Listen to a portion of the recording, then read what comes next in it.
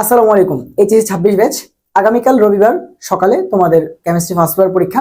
তার আগে তোমাদেরকে ছোট্ট একটা রিমাইন্ডার যে আমাদের ফার্স্ট পেপারের যত টাইপের সিকিউ টপিকগুলো আছে সেগুলার একটা চেক লিস্ট ভাই এখানে তোমাদেরকে রিপ্রেজেন্ট করব।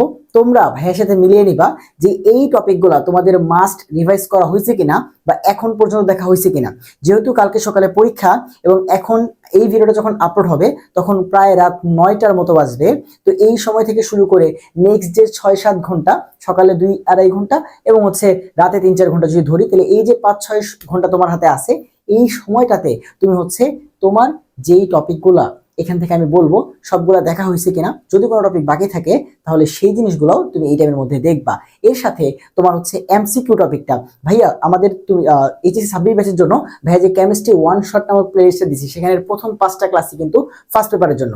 তোমাদের এখন কাজ হচ্ছে আমাদের এই 5টা ক্লাসে যে এমসিকিউ স্লাইডগুলো আছে সেই স্লাইডগুলোকে একটু রিভাইজ করে যাওয়া। যদি আগে ক্লাস করে থাকো তাহলে এখন একটা রিভাইজ করবা, আর কেউ যদি আগে ক্লাস না করে থাকো তাহলে স্লাইডের এমসিকিউগুলো একটু দেখে যাওয়ার চেষ্টা করো যদি তোমার কাছে সময় থাকে। যদি তুমি হাজির স্যারের অনুশীলনী, বোর্ড, তারপর টেস্ট পেপার এগুলো সলভ করে থাকো তাইলে তুমি অপশনাল দেখতে পারো। বাট কেউ যদি এখনো এমসিকিউ এর সমস্যায় থাকো তাহলে তুমি ভাইয়ের সেই স্লাইডের এমসিকিউ গুলো দেখতে পারো তোমার কাছে যদি সময় থাকে। সো আমরা এখন একটা তোমার চেক লিস্ট দেখবো যে ভাইয়া এই লাস্ট মোমেন্টে আমাদের কেমিস্ট্রি ফার্স্ট পেপারের যে ইম্পর্টেন্ট টপিক গুলা যেগুলো থেকে সিকিউ আসার চান্স সবচেয়ে বেশি, এগুলা তোমার পড়া হয়েছে কিনা, দেখা হয়েছে কিনা।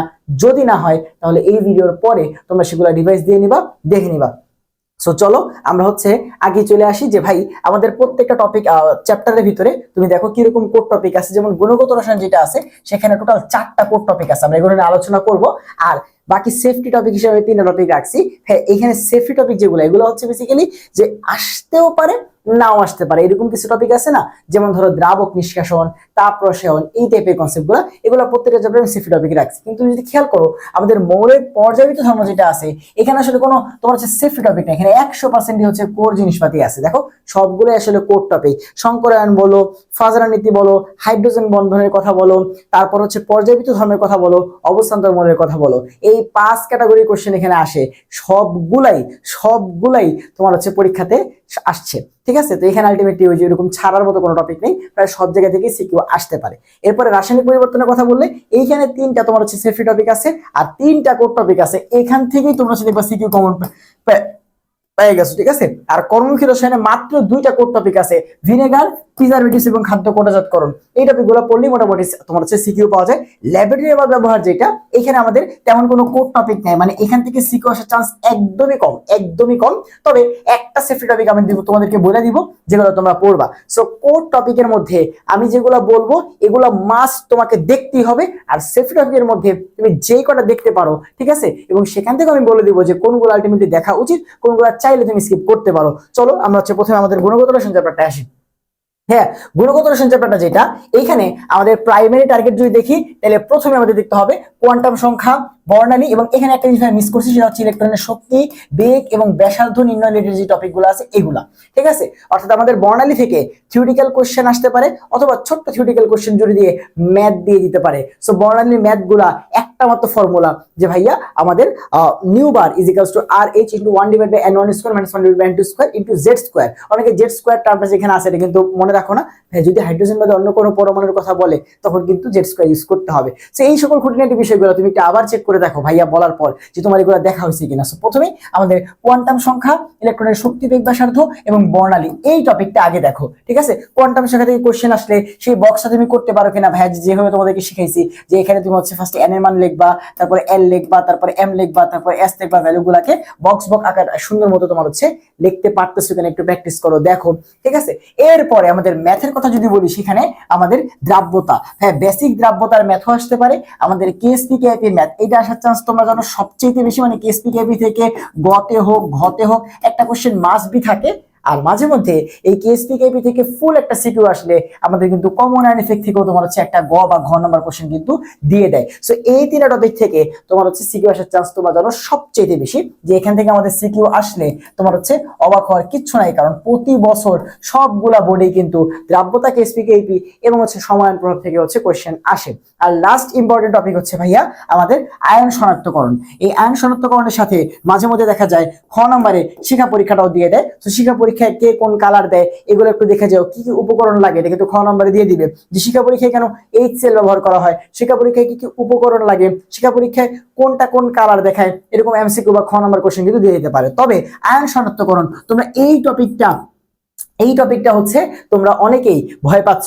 ভাইয়া কিন্তু তোমার হচ্ছে আমার যেই অনলাইন জার্নি সেটার প্রথম ক্লাস নিয়েছিলাম আয়ন শনাক্তকরণ। তোমরা যদি ভাইয়ার চ্যানেলের একদম সবার প্রথম দিকের ভিডিওতে যাও, একদম সবার নিচে যাও, তাহলে দেখবে আয়ন শনাক্তকরণের তোমার হচ্ছে লেকচার আছে, বা তোমরা চাইলে সার্চ দিতে পারো যে আয়ন শনাক্তকরণ মেহেদী হাসান শান্ত ভাইয়া, তাহলে দেখবে একটা ক্লাস আসবে, মাত্র 44 মিনিটের একটা ক্লাস। এই ক্লাসটার মধ্যেই তোমার হচ্ছে হোয়াইট বোর্ডে আমি হচ্ছে এখনো মনে আছে যে আমি সুন্দর মতো তোমার হচ্ছে লিখে লিখে লিখে লিখে প্রত্যেকটা আইন শনাক্তকরণ এমন ভাবে পড়েছি যেন তোমার মুখস্থ হয়ে যায়। সো তোমরা যারা আইন শনাক্তকরণ ছেড়ে দিতে চাচ্ছ, একটু লাস্ট বার 30টা মিনিট খরচ করে বা তুমি 2x স্পিড দিয়ে 20 মিনিটে ক্লাসটা করে দেখো যে তুমি লাস্ট বারের মতো মাথায় এটা সেট করতে পারো কিনা। কারণ কালকে এক্সাম, যদি এক্সামে তোমার হচ্ছে মনে থাকে লিখে দিয়ে আসতে পারো, তারপর তুমি ভুলে যাও, কোনো সমস্যা নেই। তোমার যেটা মুখস্থ রাখতে হবে এমন না, কোনো একটা শনাক্তকরণ করতে গেলে তুমি চাইলে মোবাইল দিয়ে সার্চ করে গুগল দেখেও বলতে পারো, ঠিক আছে। বাট কালকে শুধু এক্সামে তো আর এই কাজটা করতে পারবে না, একটু চেষ্টা করো, দেখো পারো কিনা। সো এই হচ্ছে আমাদের মেইন টপিক গুলা, যে ভাইয়া কোয়ান্টাম সংখ্যা, ইলেকট্রনের শক্তিবেগ ব্যাসার্ধ, বর্ণালী, দেখো এগুলো তুমি হচ্ছে সবগুলো দেখছো কিনা। তার সাথে দ্রাব্যতা, কেএসপি কেআইপি, সমায়ন প্রভাব এবং আয়ন শনাক্তকরণ, এই টপিকগুলা সিকিউর জন্য সবচেয়ে গুরুত্বপূর্ণ। এবার আসো সেফটি টপিক। এই আমাদের গুণগত রসায়নের সেফটি টপিকের ভিতরে প্রথমে আসে দ্রাবক নিষ্কাশন। এই দ্রাবক নিষ্কাশন থেকে ম্যাথ আসতে পারে, যদি আসে, আসার চান্স যে তোমার খুব আছে ব্যাপারটা এরকম না, একেবারেই কম, একেবারেই কম। তারপরেও যেহেতু ম্যাথ আছে, তাহলে এখান থেকে কোশ্চেন দিয়ে দিতে পারে। পাতন, এই পাতন টপিকটা আমি এখানে রাখছি, দেখো ক্রোমাটোগ্রাফি টপিকটা রাখি নাই, পাতন রাখছি কেন, কারণ পাতন থেকে অনেক টাইপের পাতন হইতে পারে। সো সেখানে সবগুলো টাইপ মিলে তোমাকে এক্সপ্লেন করতে বলতে পারে, মানে লেখার মতো অনেক কিছু আছে। সো পাতন টপিকটা কিন্তু বা ডিস্টিলেশন টপিকটা কিন্তু অনেক বেশি ইম্পর্টেন্ট।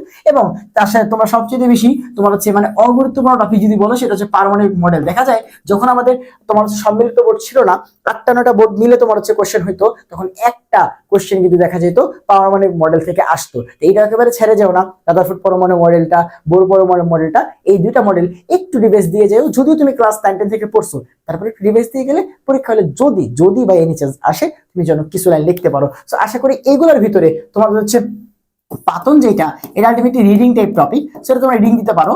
আর আমি দেখি যে তোমাদের দ্রাবক নিঃসরণ যেটা আছে, এখানে একটু হেল্প করতে পারি কিনা, যে আজকে রাতে তোমার হচ্ছে 10টার দিকে একটা দ্রাবক নিঃসরণের ছোট্ট একটা ক্লাস 30-40 মিনিটের ভিতরে যদি পারি, তোমার ফর্মুলাটা কেমনে আসলো, ফর্মুলাটা তোমার হচ্ছে বুঝে ম্যাথটা কিভাবে করতে হয়। কারণ একেবারেই তোমার যদি বলে এইটা ফর্মুলা এমন ম্যাথ করতে বুঝবা না, ঠিক আছে। যতটুকু পারি তোমার হচ্ছে দ্রাবক নিঃসরণের একটা ক্লাস ভাইয়ার হচ্ছে দেওয়ার ইচ্ছা আছে।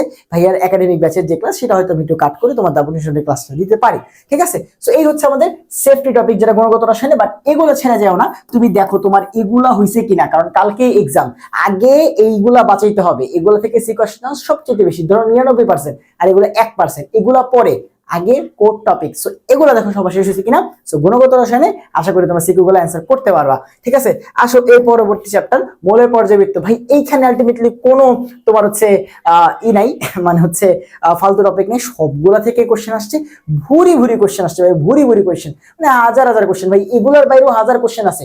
বাট আমি তোমাকে বলবো যে এই 4টা জিনিস পড়ে যাও, যারা মৌলের পর্যায়বৃত্ত থেকে সিকিউ দিবা, এই টপিকগুলো দেখা যাও। প্রথমে আসো ভাইয়া অবস্থান্তর মৌলের টপিক। তোমার হচ্ছে ইলেকট্রন বিন্যাস দিয়ে ডি ব্লকের বিভিন্ন মৌল দিয়ে বলবে যে ভাই নিচের কোনটি জটিল যৌগ গঠন করে, রেখের যৌগ রঙিন, নিচের কোনটি রঙিন যৌগ গঠন করে, এই কোশ্চেনগুলো দিবে। কোনটি প্যারাম্যাগনেটিক, ডায়াম্যাগনেটিক, এই সকল কোশ্চেন দিলে দেখবা ম্যাক্সিমাম ডি ব্লকের মৌলগুলো, এই কোশ্চেনগুলো আমাদের অবস্থান্তর মৌলের কনসেপ্ট দিয়ে অ্যান্সার করা লাগে। কারণ আমরা জানি যে অবস্থান্তর মৌলগুলো কি করতে পারে, 5টা স্পেশাল ধর্ম, জটিল যৌগ গঠন, রঙিন যৌগ গঠন, প্রভাবক হিসেবে কাজ করতে পারে, তারপরে চৌম্বকীয় ধর্ম প্রদর্শন করতে পারে, পরিবর্তনশীল জারণ অবস্থা প্রদর্শন করতে পারে, এগুলো করতে পারে। তো যখন এই টাইপের কোশ্চেনগুলো আসবে যে ভাইয়া নিচের কোনটি রঙিন যৌগ গঠন করে, জটিল যৌগ গঠন করে, প্রভাবক হিসেবে কাজ করে, দ্যাট মিন্স এটা অবস্থান্তর মৌল রিলেটেড কোশ্চেন, তখন তোমাকে অবস্থান্তর মৌলের কথা বলতে হবে, তারপরে তোমাকে দেখাইতে হবে কোনটা রঙিন যৌগ গঠন করবে, কোনটা করবে না, এই টাইপের। সেটা হচ্ছে আমাদের প্রথম ইম্পর্টেন্ট টপিক, যেখান থেকে প্রচুর সিকিউ তোমার হচ্ছে পরীক্ষাতে আসে। সেকেন্ড ইম্পর্টেন্ট টপিক হচ্ছে তোমরা সবাই জানো আমাদের শঙ্করায়ন। এই শঙ্করায়ন, তারপরে হচ্ছে যৌগের আকার এবং বন্ধন কোণ, এবং তার হচ্ছে ব্যতিক্রম, এই টপিকটা। সো এই টপিকটা থেকে কোশ্চেন আসবেই, মানে এইটা তো আর তোমার বলার কিছু নাই, তোমরা সবাই জানো শঙ্করায়ন পরীক্ষাতে আসবেই, 100% শঙ্করায়ন পরীক্ষাতে আসবে। এবার ফ্রেন্ডস এইখান থেকেও পরীক্ষাতে কোশ্চেন আসবে, সেটা MCQ ক খ এবং হচ্ছে সিকিউ যা বলো না কেন ওভারঅল কোশ্চেন আসবেই যে ভাইয়া আমাদের পর্যায়বৃত্ত ধর্মের যে ট্রেন্ডস গুলো আছে কি কি ভাইয়া, আয়নীকরণ শক্তি, ইলেকট্রন আসক্তি, পারমাণবিক ব্যাসার্ধ বা আকার, তড়িৎ-ঋণাত্মকতা এবং বিশেষ করে আমি দেখছি গত বছরগুলোতে অক্সাইডের ধর্ম থেকে মাঝে মধ্যে তোমার হচ্ছে কোশ্চেন দিয়ে দিচ্ছে। সো এই জিনিসগুলো যদি একটু দেখে যেতে পারো তাহলে এখান থেকেও আশা করা যায় তুমি একটা গ বা ঘ নাম্বার কোশ্চেন কিন্তু পেয়ে যেতে পারো। ঠিক আছে, এন্ড লাস্ট হচ্ছে ফাদারের নীতি। ঠিক আছে, এখানে ব্যতিক্রম নাই, ব্যতিক্রম বেসিক্যালি আমি এখানে লিখছিলাম স্লাইডে এখানে চলে আসছে। সো বেসিক্যালি আমাদের ফাদারের নীতিটা পড়ে যেতে হবে, এখান থেকেও প্রশ্ন আসবেই আমরা বলতে পারি, সেটা এমসিকিউ হোক অথবা সিকিউ হোক। সো এমনই টপিক যেগুলো তোমার হচ্ছে পরীক্ষাতে আসবেই, এরকম হচ্ছে আমাদের শঙ্করায়ন, তারপর হচ্ছে ট্রেন্ডস গুলা এবং ফাদারের নীতি, এই তিনটা টপিক থেকে কোশ্চেন আসবেই ভাই, গ্যারান্টি। তোমরা যারা ভাইয়ের মৌলিক পর্যাবৃত্ত ধর্ম রাসায়নিক বন্ধনের এমসিকিউ ক্লাস করছো দেখছো ভাই ফাদারের নীতি, তারপরে শঙ্করায়ন এবং হচ্ছে এই জিনিসগুলা কতগুলো এমসিকিউ তোমাদের প্র্যাকটিস করাইছি, দেখবা ওগুলোর মধ্যে থেকে ইনফ্যাক্ট ডেটা সহ কমন চলে আসতে পারে কালকে এমসিকিউ। ঠিক আছে ভাই, যে এমসিকিউ গুলো তোমাদের হচ্ছে করাইছি, তবে ডেটা সহ আসবে এমনটা গ্যারান্টি দেওয়ার কিছু নেই, তবে টাইপ তো অবশ্যই কমন পড়বে ইনশাল্লাহ। ঠিক আছে, তোমরা যারা এমসিকিউ ক্লাসটা করো নাই তোমরা হচ্ছে স্লাইডটা দেখে যাও অন্তত। ঠিক আছে, এবার আসলে রাসায়নিক পরিবর্তন। রাসায়নিক পরিবর্তনের প্রাইমারি টার্গেট ভাই একদম ধৈর্য বাঁধে বলে দেওয়া যায়, কেপিকেসি রাসায়নিক নীতি আসবেই আসবেই আসবেই, একদম শিওর আসবেই ভাই। ঠিক আছে, সো এইটা তোমরা হচ্ছে সবাই একটু দেখে যাও, আবার রিভাইজ দিয়ে যাও যে ভাই আলফা এক্স এগুলোর জন্য প্যাচ না লাগে। ঠিক আছে, রাসায়নিক নীতিতে তাপমাত্রা বাড়লে কি হবে, কমাইলে কি হবে, প্রেসার বাড়লে হবে কি হবে, কমাইলে কি হবে, ঘনমাত্রা বাড়লে কি হবে, কমাইলে কি হবে, এগুলোর জন্য কোনোভাবেই মিস না যায়। ঠিক আছে, কারণ এটা থেকে কোশ্চেন আসবে একদম 100%, তোমরা সবাই জানো যে ভাই এমসিকিউর কথা বলো অথবা সিকিউর কথা বলো, কেপিকেসি রাসায়নিক নীতি থেকে কোশ্চেন আসবেই। এরপরে অ্যাসিড বেস থিওরি 100% কোশ্চেন আসবে ভাই, 100%। 100% কোশ্চেন আসবে। সেটা কি, আমাদের দুর্বল অ্যাসিড ক্ষারের পিএইচ ক্যালকুলেশন করতে বলতে পারে, শক্তিশালী অ্যাসিড ক্ষারের যে তোমার হচ্ছে মিশ্রণের ম্যাথ সেটা আসতে পারে, অথবা আমাদের পিএইচ বাফার ম্যাথ আসতে পারে। ঠিক আছে, যে অ্যাসিড বেসের সবগুলোই তোমার হচ্ছে একটা ভাবেই নিতে পারো যে ভাই সবগুলোতে অ্যাসিড বেসের কনসেপ্ট, বাফার বলো, দুর্বল অ্যাসিড ক্ষার বলো, শক্তিশালী অ্যাসিড ক্ষার বলো, এই পার্টটা থেকে কোশ্চেন আসবে। সো তুমি যদি ওভারঅল টপিক চিন্তা করো, রাসায়নিক পরিবর্তন সিকিউর মতো টপিক ছিল এতদিন দুইটা, যে ভাইয়া দুর্বল অ্যাসিড ক্ষার এবং শক্তিশালী অ্যাসিড ক্ষার এদের পিএইচ ক্যালকুলেশন করা আর বাফার সলিউশন, এই গেল অ্যাসিড বেস সাম্যাবস্থা আর আমাদের হচ্ছে রাসায়নিক সাম্যাবস্থা, কেপিকেসি রাসায়নিক নীতি। মাত্র এই দুইটা টপিক পরে আমরা দুইটা সিকিউ পাইতাম, 22 ব্যাচ, 21 ব্যাচ, তারপর হচ্ছে তোমার 23 ব্যাচ, 24 ব্যাচ তো পরীক্ষা হয় নাই, আর 25 ব্যাচ সবাই এই টপিক গুলা থেকে দুটো সিকিউ পাইছে 20 মার্ক। ঠিক আছে, এই টপিক গুলো থেকে হয়তো তোমার হচ্ছে 25 ব্যাচে একটা কোশ্চেন আসছিল তোমার অ্যানহাইড্রেট এর কোশ্চেন, যে N2O4 অ্যানহাইড্রেট মিশ্র অ্যানহাইড্রেট সেটা বলো, বাট এই বাদে তুমি ধরো আরো 16 মার্ক তো পাইছে। হ্যাঁ, সেইগুলো কিন্তু একদম সিকিউতে আসবে, এবং এই চ্যাপ্টারে সেফটি টপিক থেকে কোশ্চেন চলে আসবে। ঠিক আছে, এই চ্যাপ্টারের সেফটি টপিক গুলো একটু দেখে যাও। প্রথমত হচ্ছে সক্রিয় শক্তি ক্যালকুলেশন করা, ইএ এর যে হিসাবটা আছে সেটা তোমরা যেন হচ্ছে ক্যালকুলেশন করতে পারো। ঠিক আছে, সক্রিয় শক্তি হিসাব করা, আর্হেনিয়াস ইকুয়েশন, হ্যাঁ, এবং হচ্ছে সবচেয়ে গুরুত্বপূর্ণ যেটা নিয়ে এত বেশি হাইপ যে ভাই তাপ রসায়ন। ঠিক আছে, আমি 4 ঘন্টা খরচ করে, ঠিক আছে 3 ঘন্টা 33 মিনিট 33 সেকেন্ডের ক্লাস তোমাদের দিছি তাপ রসায়নের। তোমার কি মনে হয় যে ভাই এতদিন 7 দিন সময় নষ্ট করে তারপরে শুট করে ক্লাসটা কেন 2 মাস আগে দিয়ে রাখছিলাম? কারণ আমি জানি যে এই টপিকটা নিয়ে আলোচনা হবে, এই টপিকটা পরীক্ষার আগে এসে পোলাপান কান্নাকাটি করবে। বাট আমি অনেকবার বলছি যে ভাইয়া 2 মাস ধরে চিলাচিলি করছি, ক্লাসটা করো ক্লাসটা করো ক্লাসটা করো, কেউ দাম দাও নাই, এখন এসে কান্নাকাটি করতেছে কেন ভাই? হ্যাঁ, সো থার্মোকেমিস্ট্রি থেকে কোশ্চেন চলে আসতে পারে, যদি সিকিউ তো না দেয় তাহলে দেখবা খ নাম্বারে আমি একটা কোশ্চেন বলে দিই যে ভাই প্রশমন তাপ যেগুলো আছে, শক্তিশালী অ্যাসিড কার, দুর্বল অ্যাসিড কার যে প্রশমন তাপের কোশ্চেনটা আছে, এই কোশ্চেনটা দেখবা পরীক্ষাতে দিয়ে দিছে কালকে। ঠিক আছে, এই কোশ্চেনটা দেখবা পরীক্ষাতে দিয়ে দিছে। সো খ নাম্বারে যে অ্যাসিড কারের প্রশমন তাপের কোশ্চেন গুলা ডাহা মুখস্থ করে যাও। আমি আগেই বলতেছি তুমি কোন চ্যাপ্টারে সিকিউ দিবা ওগুলো ম্যাটার করে না, তোমার ক খ যে কোনো চ্যাপ্টারে দিতে পারে। তখন কান্নাকাটি করো না যে ভাই গুণগত রসায়ন পড়ে গেছি, গুণগত রসায়নের সিকিউতে তো ক খ দিয়ে দিছে, তাপ রসায়ন থেকে এখন কি করবো, 3 মার্ক তো পারি নাই, সেরকম কান্নাকাটি করে কিন্তু কোনো লাভ নেই। তাপ রসায়ন থেকে প্রশমন তাপের তোমার হচ্ছে তোমার হচ্ছে খ টাইপের যে কোশ্চেন গুলো আছে মাস্ট পড়ে যেতে হবে। সোডিয়াম হাইড্রোক্সাইড সালফিউরিক অ্যাসিডের প্রশমন তাপ কেন -57 তোমার হচ্ছে 34, আবার তোমার হচ্ছে সোডিয়াম হাইড্রোক্সাইড এইচএফ এর কেন -68.60, এগুলো কিন্তু বারবার করে বলতেছি, পড়ে যাও। সেখানে আমাদের আসবে এমন টপিক দুইটা, রাসায়নিক সাম্যাবস্থা, অ্যাসিড বেস সাম্যাবস্থা, আর তোমার হচ্ছে আসতে পারে এর মধ্যে তাপ রসায়ন সবচেয়ে গুরুত্বপূর্ণ। এবং দেখবা খ নম্বরে এই কোশ্চেনটা দিয়ে দিছে যে প্রশমন তাপের যে কোশ্চেন, আরএনএস ইকুয়েশন এবং শক্তি তোমার হচ্ছে সক্রিয় শক্তি, এগুলোকে তুমি হচ্ছে সাইড ওয়াইজ দেখতে পারো। ঠিক আছে, একেবারে যে পারতেই হবে এমন না, তবে দেখবে এমসিকিউ দিয়ে দিয়েছে, সেগুলো কিন্তু এমসিকিউ ক্লাসের ভিতরে একটু টুকিটাকি সলভ করাইছি। আর তোমরা হচ্ছে একটু ফর্মুলাগুলো দেখে যাও যে আরএনএস ইকুয়েশনটা দেখতে কেমন, সক্রিয় শক্তিটা আসলে কোন ইকুয়েশনটা দিয়ে ম্যাথ করতে হবে, জাস্ট সব ভ্যালু দেওয়া থাকবে, তোমার চিন্তা করার কিছু নাই, খালি ইএ বা সক্রিয় শক্তিটা ক্যালকুলেশন করতে হবে, এতটুকুই। তো তুমি অনেক ভয় পাও না যে ভাই আহামরি অনেক কঠিন টপিক, এমন কিন্তু না, ঠিক আছে।